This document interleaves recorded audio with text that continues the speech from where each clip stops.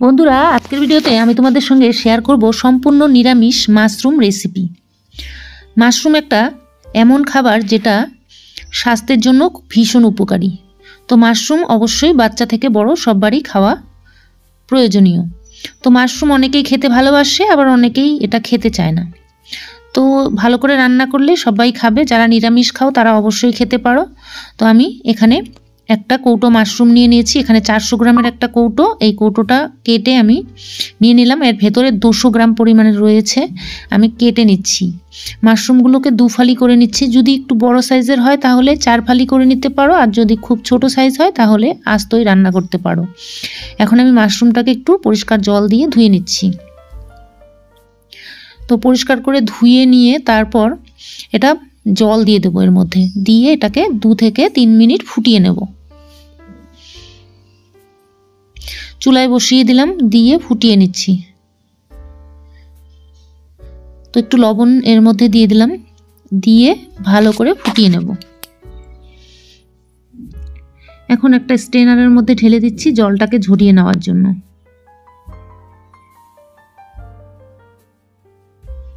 জলটা ঝরে গেলে আমি বাটির মধ্যে ঢেলে নিচ্ছি, আর সঙ্গে নিয়ে নিচ্ছি 2টো আলু।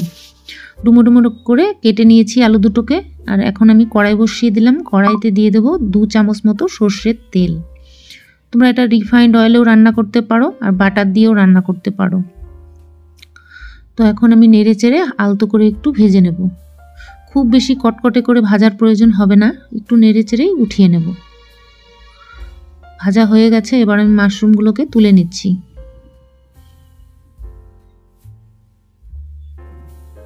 মাশরুমটা তুলে নিয়ে এই তেলের মধ্যেই আর একটু তেল দিয়ে দিচ্ছি, আরও 2 টেবিল চামচ মতো তেল দিয়ে দিচ্ছি। তেলের মধ্যে এবার দিয়ে দিলাম গোটা গরম মশলা, দিয়ে দেবো সামান্য একটু জিরে, আর দিয়ে দেবো একটা তেজপাতা। এবার দিয়ে দিলাম আলুগুলো। আলুটা দিয়ে ভালো করে তেলের মধ্যে ভেজে নিতে হবে। আলুটা ভেজে তুলে রাখতেও পারো, আবার এই আলুর মধ্যেই রান্না করতে পারো। তো আমি এর মধ্যে একটা টমেটো দিয়ে দিচ্ছি। টমেটোটা আলুর সঙ্গে ভালো করে ভেজে নিলাম। এবার এর মধ্যে দিয়ে দেবো সামান্য পরিমাণের একটু হলুদ গুঁড়ো, দিয়ে দেবো পরিমাণ মতো লবণ, আর দিয়ে দেবো কাশ্মীরি লঙ্কার গুঁড়ো 1/2 চা চামচ। আমি যেহেতু বাটা মশলা ব্যবহার করব, সেই জন্য আমি এখানে কাশ্মীরি লঙ্কার গুঁড়োটা দিয়ে দিলাম। আর যদি বাটা মশলা না ব্যবহার করো তাহলে তোমরা গুঁড়ো ব্যবহার করতে পারো। আমি এখানে বাটা মশলা দিয়ে দেবো 2 টেবিল চামচ। এখানে লঙ্কা, জিরে আর আদা একসঙ্গে বেটে নিয়েছি। বাটিটা ধুয়ে সামান্য একটু জল দিয়ে দিলাম। এবার ভালো করে কষিয়ে নিতে হবে। ঢাকা দিয়ে দিলাম, মশলাটাকে কষিয়ে নেব। মশলাটা কষে গেছে, তেল ছেড়ে দিয়েছে। এবার একটু নেড়ে চেড়ে জলটাকে ভালো করে শুকিয়ে নিতে হবে।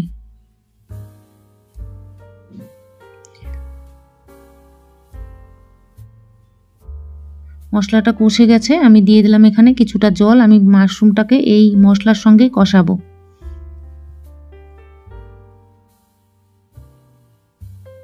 জলটা ফুটে উঠেছে, এবার দিয়ে দেবো মাশরুমগুলো। মাশরুমটা দিয়ে এই আলুর সঙ্গে ভালো করে কষিয়ে নিচ্ছি। ঢাকা দিয়ে 5 মিনিট মতো রান্না করে নিলাম। এবার একটু নেড়ে চেড়ে দিচ্ছি।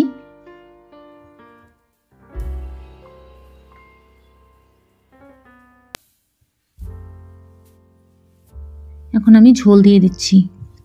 আমি এখানে 2 কাপ মতো জল দিয়ে দিয়েছি। এখন আমি এটা ফুটতে দেব।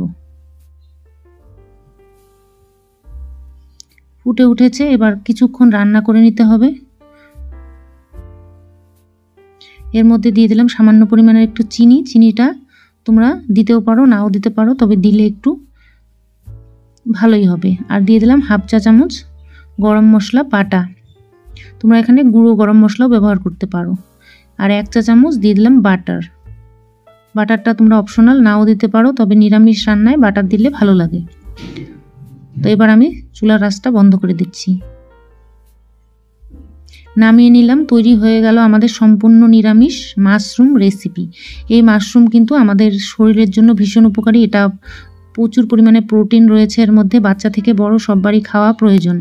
তো আজকের ভিডিওটা কেমন লাগলো অবশ্যই কমেন্ট করে জানিও। যদি ভালো লাগে একটা লাইক করে দিও, বন্ধুদের সঙ্গে শেয়ার করে দিতে পারো। চ্যানেলে নতুন হয়ে থাকলে অবশ্যই চ্যানেলটাকে সাবস্ক্রাইব করো। আজকের জন্য নমস্কার।